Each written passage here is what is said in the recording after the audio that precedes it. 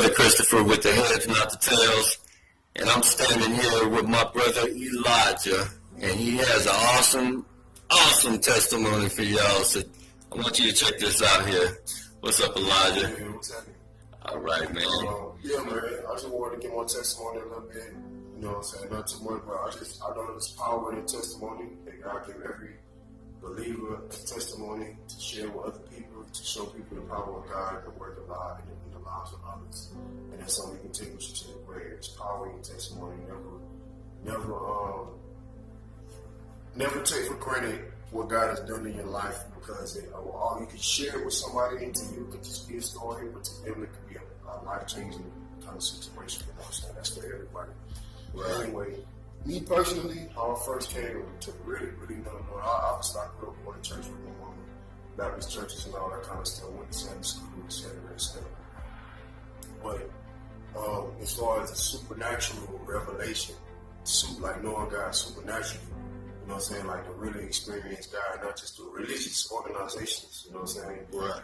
God appeared, he revealed himself to me in a vision. It was almost like a dream, but the reason I call it a vision because I never really fell asleep and I never really woke up out of it, you know what I'm saying? Right. And so what happened was I grew up here, went to high school here, graduated, got a scholarship to Baltimore across the country, was in university out there for a year.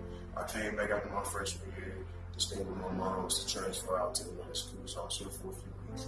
And we're in Vegas, for everybody that don't know. Yeah, North Las Vegas, North Town, from the North. Yeah. That's what it is, you know what I'm saying? I represent it anyway.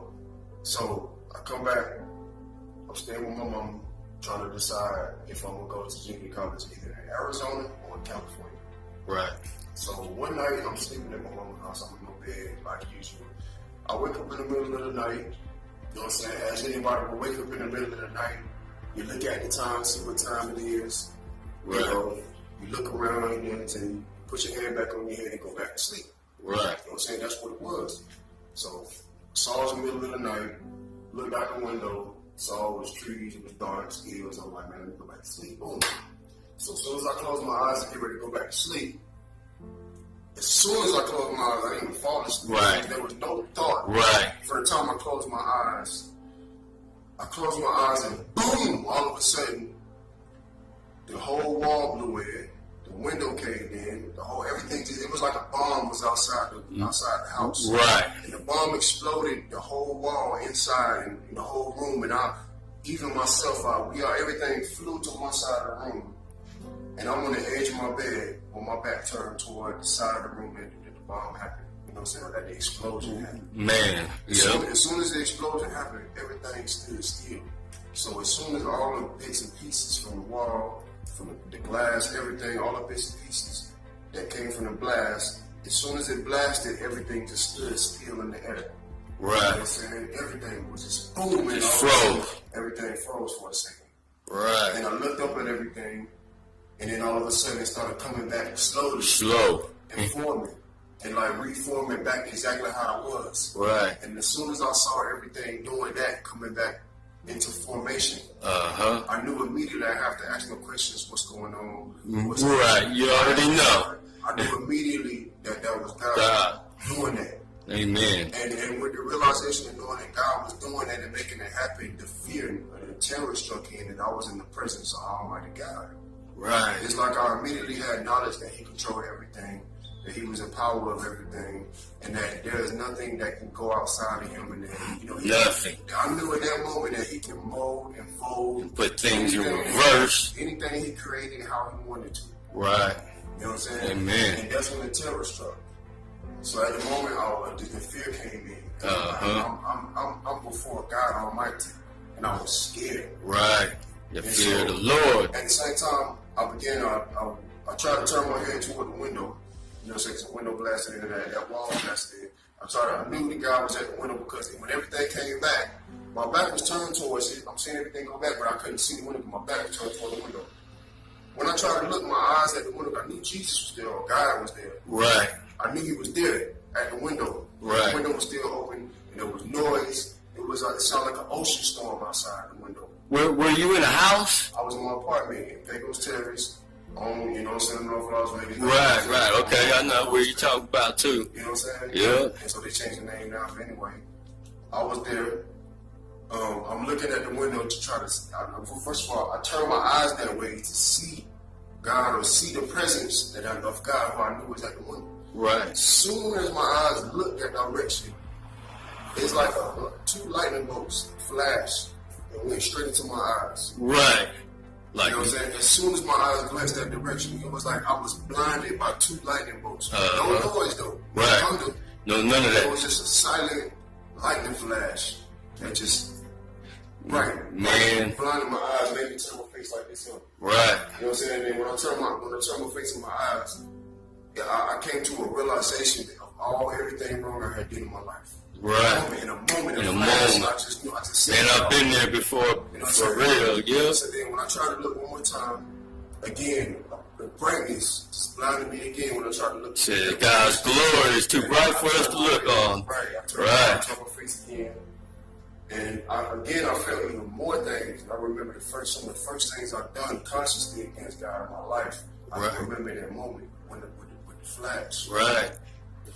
And so, because I tried to look twice, and twice I couldn't look because I got blinded with light, the fear struck and the guilt of knowing everything I had done against God, being in the presence of God, and the fear. Right. Everything set in that moment, and I was utterly scared, man. I began to cry because after the second time with the brightness and the flash and all that, knowing what I was, the situation I was in before God, right. Immediately I gave up my spirit. I was like, no, I'm dead, man. Right, you ain't in control. God said to destroy me, I'm in trouble. Right. You know what I'm saying? And immediately I began to cry. And I just I gave up. I put my hands on my face like that. I was laid on my bed, my back, you know what I'm saying? My back turned toward me. I put my hands on my face like this because I knew I felt like it was it for me. Right. You know what I'm saying? Man, I'm going to show you a video after this. Yep. So immediately I started to cry.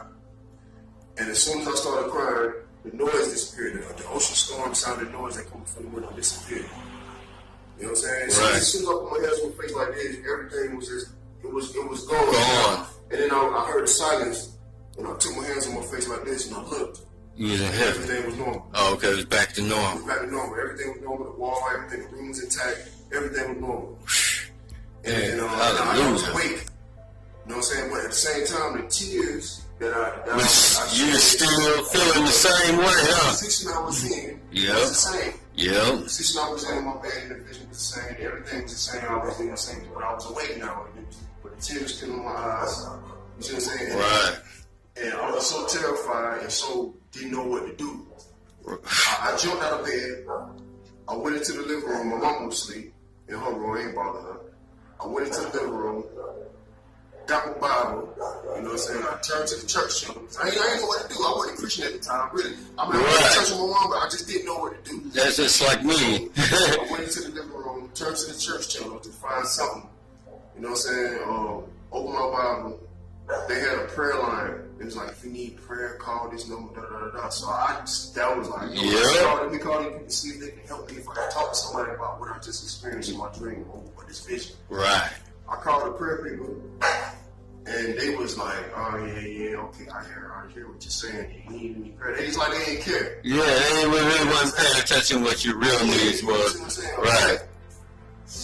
What I know is that from that vision, and from that dream and from that experience, that was the first realization, the true realization that, okay, God is for real. Right, if that stuff's going. And the crazy thing about that whole experience was that it felt like a dream when I was experiencing it. Right. But I never fell asleep into it. I closed my eyes and boom, it happened. That fast. And the way I come out of it, I didn't wake up for real. Right. Because all I did was put my hands on my face and started crying, and then everything disappeared, and everything was the same. It's like I didn't wake up. Right. You know what I'm saying? It was like it was something that just disappeared. It was so fast. Yeah, the blink of an eye. Yeah, oh, man. So that was my first experience. Amazing. That was the most powerful experience I've had with the presence of God. I mean, I got many kind of testimonies I can give of supernatural experiences I've had with God, but that was the most impactful, the turning point in my life. Right. And the thing about that whole experience as well is that over the years, because then I wasn't really a Christian. I grew up going to church with my mom. That's religious. Right. Being a Christian is a real experience with the Spirit of God, and that's filled with the Holy Spirit. Go to church and praise God and do this and fall into the system. You know what I'm saying? Because okay, we don't want to go to hell. So the sacrifice of fools. But at the same time, when God come in your life and do things, it's God, and He put His stamp. It's like He put His stamp on your life. That's what a testimony is. Right. Your testimony, your experience with God, for one, it's going to be supernatural. It's not going to be natural. Exactly. And God is going to, He always reveal Himself to us, to human beings, in a supernatural sense. He revealed Himself to Moses in the burning bush. You know what I'm saying? He revealed Himself to Abraham. And everybody in the movie, He revealed, all Christians, a true Christian who really believe in God, really. Right. Have experiences they can tell you about that they have with God. Amen. A religious Christian who can go around like, yeah, do this, do that, righteous, this and that, preachers and this and that. Some of them ain't even got testimonies they can give you about what God really did in their life. Right. You see what I'm saying? So this is the difference. When God comes, when God is God, He put His stamp, put His mark, His fingerprint. Yeah, He called you by your name. That was one of the first things that happened in my life, and that vision I had, I didn't understand it at the moment. All I knew at the moment, with the little knowledge I had about God, all I knew was that was God. Right. I couldn't say that this and that, I didn't understand what happened. It was nothing else but God. I knew it was God. Yeah. Over time, I think a couple months later, I started studying the Bible with a guy who reached out to me. And when I was in junior college, the guy reached out to me, started studying the Bible with me. And then from that point, it motivated me to start reading the Bible. And when I started actually reading the Bible for what it say, then the experience that I had from that dream started making sense. Exactly. And I started piecing together, this happened. This is similar to what happened when Moses on the Mount of Sinai and the people of Israel. And I started putting it together. I'm like, up in the upper room with the whirlwind. It started making sense. Everything started making sense. And the way God did it, He gave me that vision at that time. And that vision, through my life experiences up to what it's been about 10 years now, almost 10 years since I had that experience. And over the years, God has given me more and more understanding of that vision as I grow my knowledge of Him and grow my knowledge of His Word. Right. You know what I'm saying? And the ultimate, I'm going to tell you like this, the ultimate understanding of that vision, I didn't get until last year. You know what I'm saying? When I was in London, I decided to visit a church in London. It was a Messianic ministry. A Messianic ministry is a church of Jewish people who believe in Jesus Christ. Okay. You know, when the Jews, when they come to Christianity, they call themselves Messianic Jews. Right. It's just Jewish believers in Jesus Christ. Not Messianic, y'all. Messianic. Messianic meaning Messiah. Right. Not Messiah, don't get it confused. Right. So I went and visited the church, you know what I'm saying, the Messianic church, the Jewish church, you know what I'm saying, the Christians. The real Hebrews? Okay. Yeah, that's a different subject. Yeah. Okay, yeah. Yeah. But these are Jewish people Jewish people today who believe in Jesus Christ. And they have church services on Saturdays. They still observe some of the they still observe the Jewish customs, but not to a degree of taking away from the power and work of Jesus Christ. You see what I'm saying? They just Jewish believers in Jesus Christ. So anyway, I went to visit this church. The preacher was preaching, and when the preacher was preaching, the Lord revealed to me the ultimate, at least revealed me to most I've ever really understood about the dream I had almost 10 years ago. Right. So when I was there, the preacher was preaching about Moses in the burning bush. And the Jewish preacher was saying that God always reveals Himself to us in a supernatural way. That God created nature, and He can mold and fold nature however He wants to. Yeah, and He would do that with us to show us that He is beyond nature. Exactly. All we understand is nature. That's it. We created in His likeness and image, meaning that we are self-governing people. We can lord over things, and the things that we understand and the things that we evaluate and our logic and reasoning are superior. You know what I'm saying? In our surroundings, in our natural surroundings, our logic and reasoning as human beings is superior. But God, when He comes to us, He shows Himself in a supernatural way to show us that, look, I'm beyond what you know. Right. He'll show you. What you know. Right. Because I created what you know, I can mold it and fold it however I want to. Amen. That way you know that I am who I am, and you don't have to question me or put me on your level. Right. But make a long story short, back to me going to the Messianic church and the vision that I received from the Lord there about the dream I had almost 10 years before. Basically, I got a revelation that in that dream, when the wall exploded and all the parts and bits and pieces was zipped up, and then when it all came back together, Right. the Lord showed me in that day when I was in that church that was also representative of God scattering the Jews amongst the nations. Right. You know what I'm saying? Uh-huh. The house of Israel. He 12 tribes. scattered them amongst the nations. Right? Right. And at the same time, through all the prophecies, he's going to bring them back into the nation of Israel. Yep. He's going to restore the house of Israel. And when Christ returns, he's going to return on the Mount of Olives to save Israel. Right. You see what I'm Teach saying? That us. prophecy had never been put to the side. It ain't nothing like, it's not a representative of something different. Right. It's literal. Jesus coming back to save Israel. Amen. Because not only do we save us Gentiles here by the working power of the Spirit, he saved everybody else outside of the Jews, outside of Israel. From the time he scattered them, so the Spirit has been at work around the world. Right. Like Paul said, the Jews will be hardened, meaning they will blind, they will see and understand who Christ is, their Messiah, they've been waiting on. They rejected and are waiting for a Messiah, not thinking that it's him. They will be in that state, in a hardened state, until the times of the Gentiles is complete. It says, Right. I think it's Romans chapter 10. I could be mistaken, but it's in Romans around here.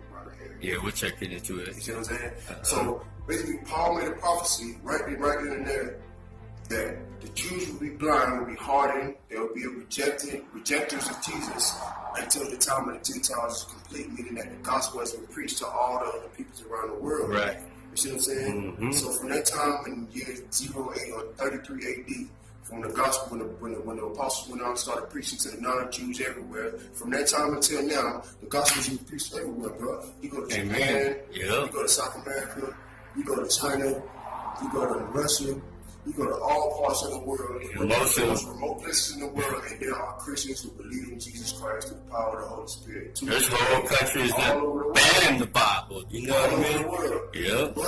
But now that, like Paul said, the fullness of the Gentiles are complete now. Right. The fullness of the Gentile world has heard the gospel. Everybody has had the option and the choice. You see what I'm saying? Amen. And so now that this day has come, now that the hardening of the Jews have come off of them now. You understand? Paul said they will be hardened until the time of the Gentiles is complete. It's been complete. Now the gospel preached everywhere. Like Jesus said, go preach the gospel to all nations, baptize them in the name of the Father, the Son, and the Holy Spirit, and surely I wish to the end of the age. That's the church. Now we're reaching the end of the age, and that gospel has been preached. The fullness of the Gentiles is complete. So now their hardening of the Jews and their rejection of Jesus is coming off of them. You know what I'm saying? This is why you have Messianic Jews, Messianic ministers. This is why you have Jewish people that's believing in Jesus Christ. Their eyes are becoming open. Right. They're realizing for the first time since the first century that Jesus is one of them.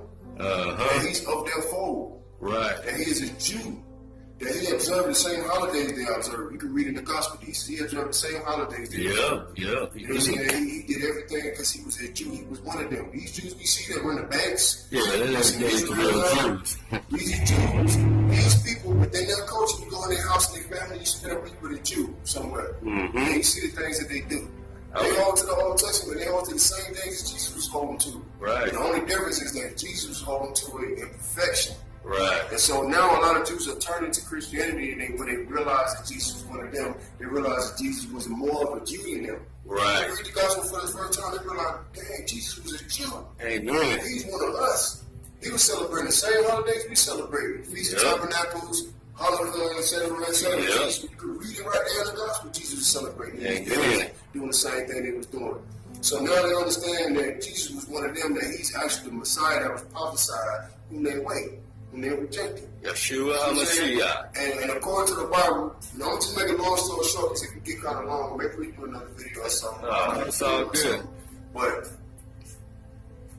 the Jews will be redeemed They're going to turn back to God, and they're going to believe in Jesus Christ before he returns and finishes his thing. Right. The Jews. You know what I'm saying? And it's happening now. They're in the process of it happening. And there's prophecies and things that's going to happen that's going to turn Israel as a country, as a nation, as a government back to God, believing in Jesus Christ. Once that happens, the world system is going to reject them.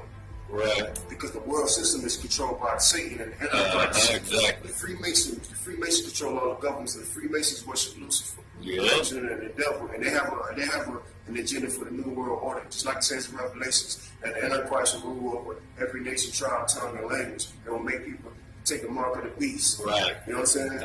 And so this will ultimately come through Freemasonry.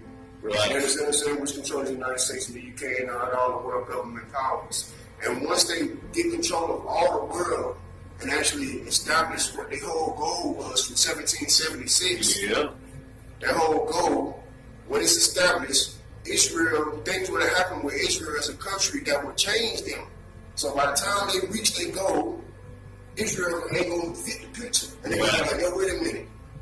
And the reason they ain't gonna fit the picture is because God is about to do some supernatural things with that country and with them people that's gonna set them apart. And it's gonna make the Antichrist system hesitate and say, wait a minute, something protecting them, God is protecting them, and we can't question it. To the wall there. That's what the 7-year treaty. I'm gonna give you a short thing. That's what the 7-year treaty. You know what I'm saying? It talks about in the book of Daniel. Talks about in Revelation as well. Antichrist is going to make a treaty with Israel for 7 years, and he's going to break it in 3.5 years. Right. Amen. Now, when he breaks it, he's going to try to come in and set himself up, like it says in Thessalonians chapter 2. He's going to come in and set himself up as God over everything that is called God. Set himself up in God's temple, the third temple that's going to be built. Right. That's why he built. You see what I'm saying? And then he's going to try to take over Israel and destroy Israel and the Jews. You're gonna go sit on the God. This is the more. That's the war of Armageddon. It says that he's gonna take all the nations against Israel at this time. Yeah. All the nations, the whole new world order system gonna come against Israel. Amen. At that time, and gonna try to destroy Israel and take it out. That's the moment that the Lord Jesus Christ gonna return. This is the last prophecy before the Lord Jesus Christ returns. The last prophecy before he actually returns. This is the event that's going to happen. Yeah. You see what I'm saying? That's what we're talking about, man. The event. It's going to take the trigger, like I told y'all. But not to go too far on the tangent, ultimately I was just trying to give my testimony about, the work and the power of God in my life. Right. And I'm sure there are many people out there who God has done things in their life and reveal himself in different ways, and they have supernatural experiences with God, but the enemy might have come in their heart and in their life, and through maybe their lifestyle of sin or whatever, they might put off what their experiences as not being that important, or maybe thinking that nobody might want to hear it, or this and that. But you got to understand, if God done something in your life and you know it was God and it was supernatural to you, right? Understand that it really is God, it really is supernatural, and you can share that with somebody. And the Spirit of God will go forth as you speak to that person about your situation, your situation, and it will deal with their heart. You see what I'm saying? And that's how it is. I'm like, don't worry about how a person gonna respond to whatever God did in your life. Don't worry about what they think. Right. You know what I'm saying? Because at the end of the day, the Spirit of God is gonna go forth from your testimony. Because it's his fingerprint, not your fingerprint, it's his fingerprint in your life. Amen. You know what I'm saying? And that's what it is. That's what it is. So if you got a testimony of God doing something in your life and you feeling real down and out and feeling like this and that, remember God did that. You got a chance. You are chosen. Get up, rise up, share that testimony, go after God. You know what I'm saying? And bring into completion the work of God in your life. God got plans for you. God don't do things in your life for no reason. You know what I'm saying? Right. There's things that you experience. Don't put them off as just coincidences. And no such thing. You know what I'm saying? Don't put them off as this and that. It's about testimony. The power of God is in the testimony. In Revelations, it says that the saints in the last days held on to the testimony. You know what I'm saying? Amen. The power of their testimony. You know what I'm saying? It's powerful. You don't realize it, but it is. Yeah. Anyway, I'm done. He's from London. He's a bit of London. I'm from him, man. But you know what I'm saying? I'm there now. I've been there for a while. I'm out here. You know what I'm I'm saying? It's different over there, but it's the same. We are human beings in the world. I mean, We all born the same way. We all die the same way. We all go through the same emotions and hardships and this and that in different kinds of ways, but it's all the same. Right. So, you know, we are created in the likeness and image of God. Every human being ever born on this planet. Hallelujah. So that's what it is. And right on, my brother. And God bless each and every one of y'all out there. If God can use Elijah, he can use you too. Amen. Welcome back. A minor theft might have turned into a major religious discovery. A missing artifact was found in the closet of a Tennessee motorhome. Volunteer TV's John Trainer talked with the owner of a rare painting who didn't know what he had. John? Yeah, Alan, it makes you wonder what you might have in your house. In this case, it was an authentic 19th century painting of the Veil of Veronica. It's like a story ripped from a Hollywood screenplay. A small road in the mountains of Tennessee, a living room in a motorhome, and a 150-year-old painting blessed by Pope Leo XIII. This is the true face of Jesus Christ, one of a handful of paintings based on the cloth used to wipe Jesus' face before his crucifixion, known as the Veil of Veronica. Its owner, a 73-year-old man who didn't want to be identified and had no idea what he had. I've lived here for about 17 years. It's been in there, either in there or in my bedroom, ever since. So how does a holy relic go from the holy city to Monroe County? Well, the man known as Frosty tells us he got it as a present and hung it on his wall 20 years ago, but 3 years later, it found a home in this cloth bank bag and was thrown in his closet, until police say it was stolen by Kelly Gormley, who tried to sell it to this Madisonville church. The church told the sheriffs made the arrest, and a piece of religious history was uncovered. You know, at first, obviously, it was a big surprise for us that something like this might even, you know, be in East Tennessee. Normally, you'd expect to find something like this in a museum or maybe in Rome, in the Vatican. The painting is now under lock and key in a secret location. Gormley is in prison for theft, and Frosty is overwhelmed that a treasure was laying hidden in his home. You know, I know they really wanted it bad, but I said, nah, I don't think I'll be parting with it. Now, the church is now working with Rome to authenticate and appraise the painting. If it is real, it is invaluable to the church.